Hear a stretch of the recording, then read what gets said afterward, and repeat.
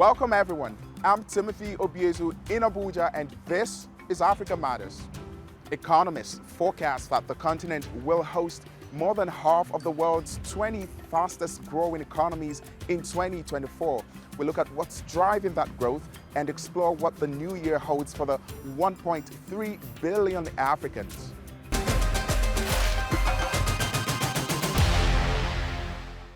The African continent will be the second fastest growing major economy in the world in 2024 after Asia. That's according to data from the Economists Intelligence Unit. But government revenues are being squeezed by heavy debt repayment burdens, meaning there's less money for public services.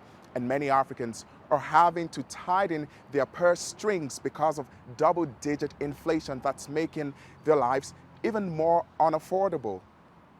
And the economy could be the most pressing issue in nearly a dozen elections this year. Senegal, South Africa, Botswana, Ghana, South Sudan, among others, will all head to the polls in coming months. The United Nations estimates that nearly 300 million people globally will need humanitarian aid due to the conflict and climate change emergencies. For instance, in Sudan, the number of people needing aid is expected to double to 30 million, largely because of conflict. And governments in West and Central Africa will have to find a way of assisting the 65 million people left in need by armed insurgencies and climate disasters. So how is 2024 likely to pan out for African countries? Let's hear more from Rotimi Olawale, the Executive Director of Youth Hub Africa, who joins me here in Abuja. Thanks for joining us. It's my pleasure to be here. Let's start with the good news that the economies of nearly all African countries are expected to grow. What's behind this and why isn't it felt by ordinary Africans?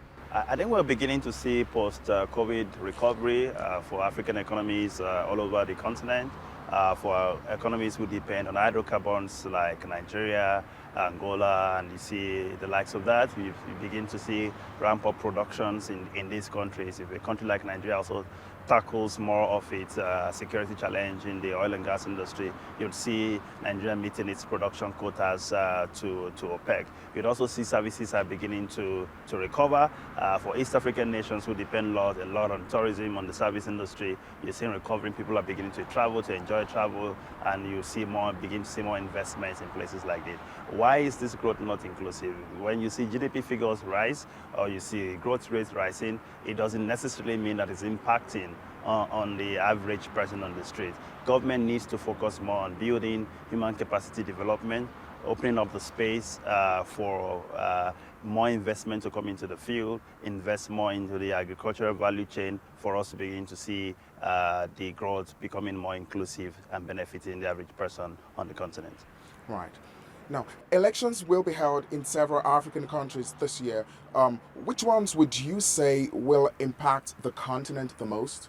I think that I would say that this year is a year of elections in Africa. We're expecting 18 African countries to go to the polls, and it's going to be very serious across the continent. I would group these 18 countries are about three main buckets. You have countries where we have witnessed coup, who are going through a transition process. About 3 or 4 of them are going to the polls this year. You have Chad, you have Burkina Faso, you have Mali, and all eyes would be on the military coup leaders to especially stick to the transition calendar and ensure that the elections are credible and that they are transparent, and they allow outside observers to come and observe how the election go. But most importantly, they allow the opposition and political parties to organize themselves and contest in a free and fair election. And so all eyes will be on these countries.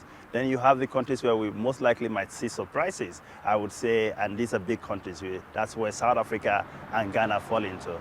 South Africa, since the election of Nelson Mandela, we've had the African National Congress, the ANC, the ruling party, has been ruling South Africa since the mid-90s.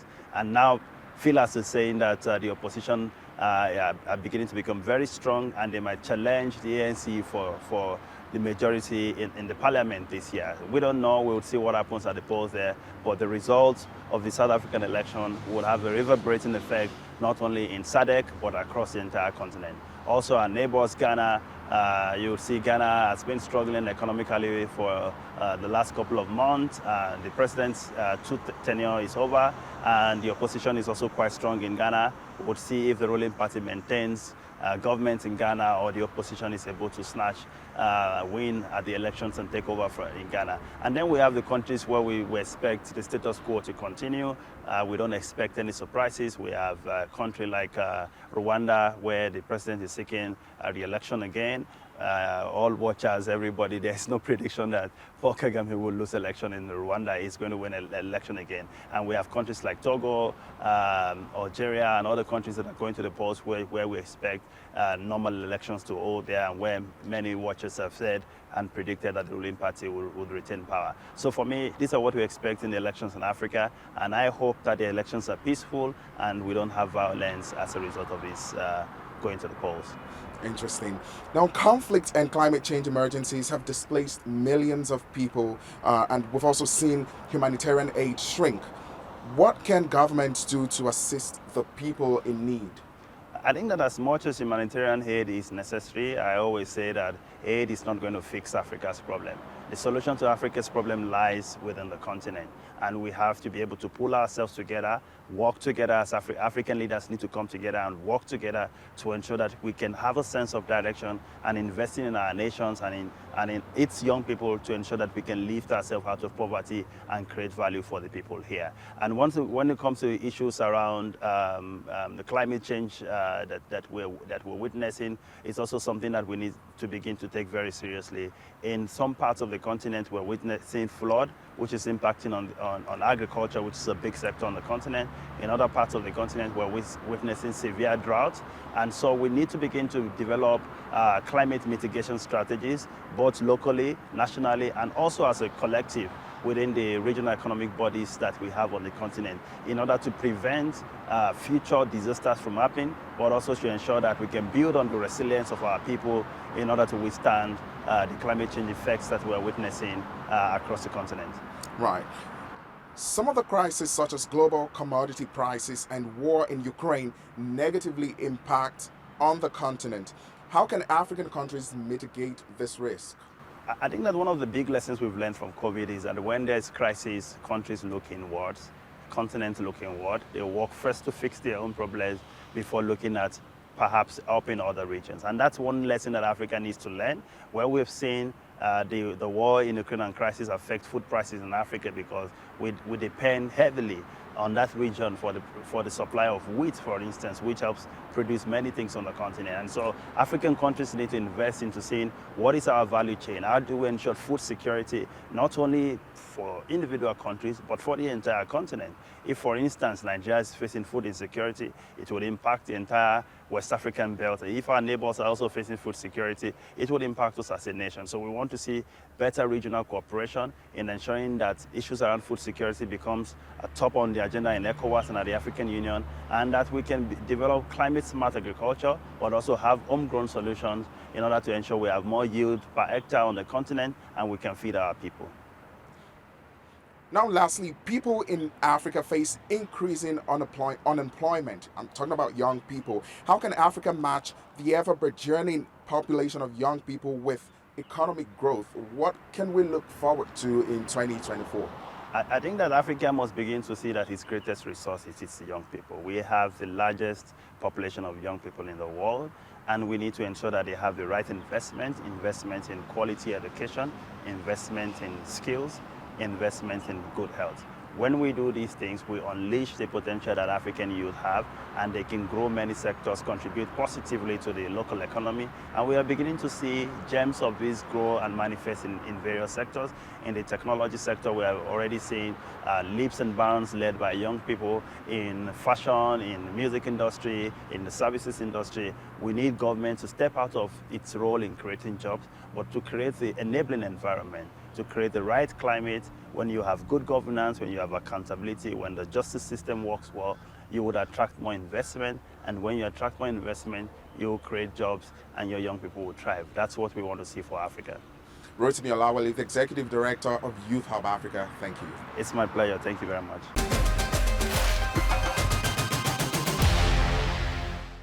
To South Africa now, where Paralympian Oscar Pistorius is due to be released on parole on January the 5th.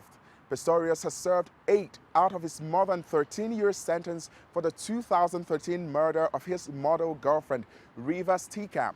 But he's not off the hook just yet. The country's Correctional Services Department says his parole will run until 2029, and he will be required to attend therapy and do community service during that time.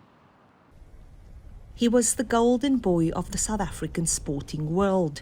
Oscar Pistorius, known as the Blade Runner for his carbon fiber prosthetic legs, set the athletic scene alight. As a Paralympian, he won sporting glory with an Olympic medal. He was a sporting hero celebrated for his achievements. But his world came crashing down on Valentine's Day in 2013 when he shot and killed his model girlfriend, Reva Steenkamp, in his home, claiming he thought she was an intruder. The following year, he was found guilty of culpable homicide, but this was later changed to murder on appeal. He was ultimately sentenced to 13 years and 5 months behind bars. And now he is a free man after serving 8 years in prison. People are divided over his release. I didn't even know that. It's weird because it seems like a short sentence. And I think he should have served a longer sentence, especially considering the nature of the murder. But I do hope that he has reformed and has repented. He was inspiration for our country. So I feel like after what happens, maybe there will be something good happening. So I feel like it's a good thing. Maybe we'll do better things afterwards. Maybe we came out, so we will never know. Officials say Pistorius has been taken through a pre-release program where an inmate is prepared for life outside of the correctional facility. The biggest challenge would be adapting and readjusting to a changed world, and that is why reintegration is so important, as it will assist the parolee with psychological support, vocational training, as well as providing restorative programs, in particular engaging with the family of the parolee. South Africa's Department of Correctional Services said in a statement to TRT World, Pistorius will complete the remainder of his sentence in the country's correction system until his parole expires in December 2029. He will have a monitoring official who will have to be kept informed if Pistorius is looking for a job or moving homes. A statement from the Correctional Services to TRT World says conditions of his parole stipulate that Pistorius will also have to attend therapy and embark on mandatory community service. Crystal Alderson, Africa Matters, Cape Town, South Africa. We head to Malawi next, where a prolonged dry spell has seen farmers across the country battling to keep their crops alive. When seasonal rains came in October, locals took no chances, so they began planting their crops immediately. But the El Nino weather phenomenon means it's been dry since then, and their crops have wilted. More than 4 million people are already facing hunger, and scientists say these crop failures will likely compound the situation. Lamek Messina reports from Mulanje in Blantyre. Dorothy Bandawe planted 3 hectares of maize in October, a day after the first heavy rains came. She planned to harvest early and recover from the food shortage her family has been facing since Cyclone Freddy devastated her crop in March. But now, the prolonged dry spell and an infestation of armyworms have dashed her hopes. When Cyclone Freddy came, it destroyed my garden, but one side was left where I at least harvested a little maize. But this year I have no hope of harvesting any maize because this is the only garden I rely upon for food. And as you can see, all the maize here has wilted. Maize meal is a staple in Malawi. It's used to cook nsima, a dense porridge usually eaten with meat or fish. Now Bandawe's family is surviving on fresh or cooked mangoes. The Department of Climate Change and Meteorological Services in Malawi says the dry spell is a result of the El Nino weather phenomenon. and it's going to be with us up to the end of the rainfall season. So these conditions are still prevailing, and we are seeing a lot of temperature increase over the oceans, even over land. And unfortunately, this temperature increase, together with the prolonged dry spells, then the impact on agricultural production will be very, very huge. Agriculture experts say the dry spell threatens the food security situation in the country in the next year. 4.5 million people are currently facing hunger because of Cyclone Freddy, which hit Malawi in March.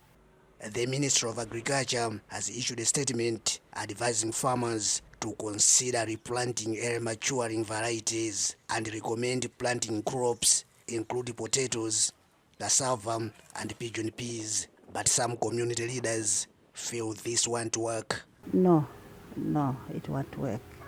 Yeah, because already those crops, they need water, they need rain. So I don't think it will work. That's why I'm saying it's a continuous hunger.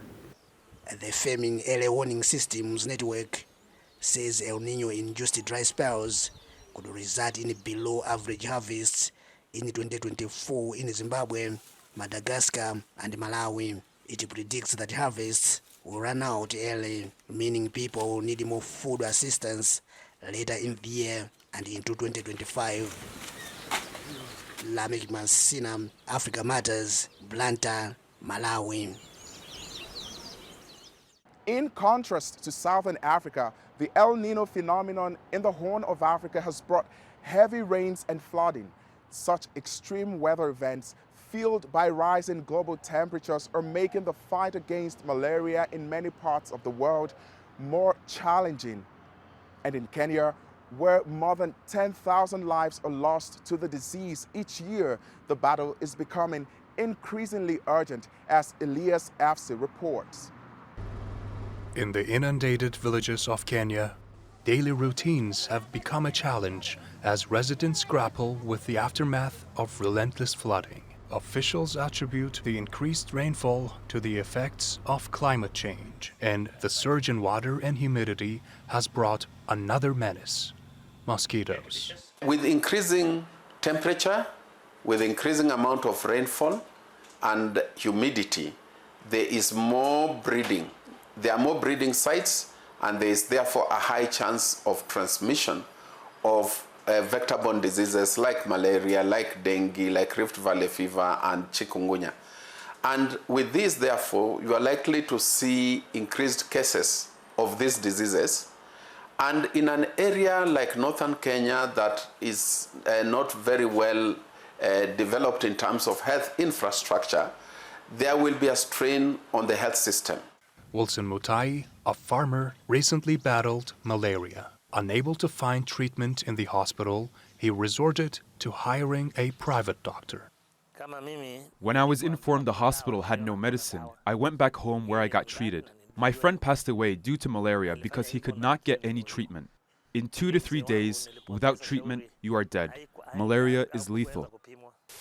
Stepping up the fight against malaria, the International Livestock and Research Institute and the Kenya Medical Research Institute have teamed up with the Zoonotic Disease Unit. ILRI studies the environmental aspect of the problem. We've set up a weather station in this area to be able to capture the different environmental conditions like temperature, like humidity, like wind speed and wind direction, to be able to really relate how these different components of climate could be influencing the population of vectors. While KEMRI analyzes the mosquitoes and disease transmission patterns. And when the mosquitoes are trapped from the field, they're transported in cold chain, that is liquid nitrogen, to the KEMRI laboratory. And this is where now they undergo identification so that we are able to tell what species are present in that particular area. Even though the World Health Organization has endorsed 2 malaria vaccines, the effects of climate change persist and present a broader challenge in the fight against the disease. Ilyas Avcı, Africa Matters. We stay in Kenya, where every new year one of the largest tribes holds a bullfighting contest. It's an old tradition that generates much excitement in the community. And this year, a champion is taking another bull by the horns as he seeks to defend his crown. Rupert Stone has more. It's no ordinary greeting, but this is no ordinary bull. Mbappe, as the animal is known, is one of the best fighters in Kenya. And this year, like every other, he will compete in the traditional New Year bullfight. Mbappe has won 2 championships already, and his owner is confident that he will win a third. 2024. In this year, 2024, Mbappe will still rule the ground and hold his title, and its name will be Mbappe 2024. It's normal for the locals to speak to the bull. In our culture, we speak with animals before the fight. We came to him early this morning and told him that we have to win this fight. It's New Year 2024. Bullfighting is a custom that goes back many years in the culture of Kenya's Luhya people, the second largest tribe in the country. On this day, 1st of January, we always hold a feast of New Year. But for us, we must perform a cultural event. So we hold a bullfight. It's a culture and it must be there. It is a tough fight to ensure that Mbappe retains his crown. It is a jubilant occasion that lacks the choreographed cruelty of European bullfighting, keeping alive the tradition of beginning a new year by locking horns. Rupert Stone, Africa Matters. Our next story involves a different kind of fighting. In the heart of Niger, a national saber wrestling event took place amid political uncertainty and economic challenges. And it wasn't just a sporting spectacle, but a beacon of hope and prosperity. Obaida Hito has more. As the sun sets in Niger, Agadez becomes a canvas for tradition and unity. Wrestlers from across the country gathered for the 44th National Wrestling Tournament. This year's theme, safeguarding the homeland. In Niger, traditional wrestling is a sport of kings. It's the most loved. We inherited it from our ancestors. So it's normal that people cling to this traditional sport, which unites Nigerians. Thanks to wrestling tournaments, we all know each other. We build solid relationships, we form a family. It's a cement of unity. Following the military coup in July, ECOWAS, West Africa's economic bloc, imposed sanctions on Niger and threatened an armed intervention to restore the government. Officials hope the national sporting event is an opportunity for healing. Since the events of 26 July 2023, all the youth of Niger have become more aware of their country, their autonomy and their independence. It's true that we are in a difficult economic situation, but the people of Niger are resilient. And today, this organized championship shows us once again the attachment of all youth of Niger and all the people of Niger to the ideals of the National Council for the safeguarding of the homeland. 80 wrestlers from across Niger competed in the 10-day tournament, attracting thousands of fans and many businesses, creating opportunities for networking and trade. It's about promoting peace, security, and even development. In other words, there are people who have come for the fair, people selling products and goods, companies selling their products and promoting their business. So it's a whole framework for the development of culture and tourism. All this is part of the objective of this event. While only one king of sports is crowned at the end, Nigerians say the tournament's success is a testament to their resilience. Obaida Hito, Africa Matters. And staying in Niger, we head south to the city of Zinder. It's the country's third largest city, and it was the capital of a pre-colonial sultanate. It's also home to impressive architecture from the French colonial era. Let's take a closer look.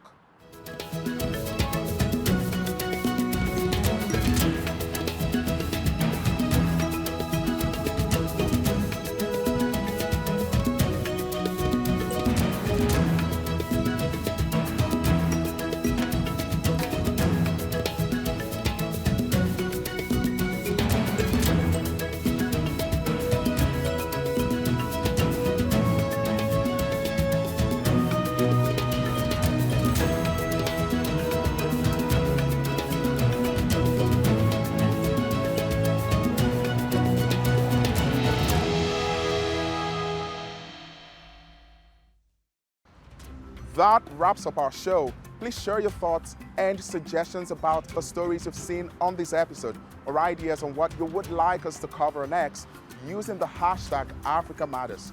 You can also find us on YouTube by searching for TRT World Africa Matters. Thanks for watching, and it's goodbye from me, Timothy Obiezu in Abuja.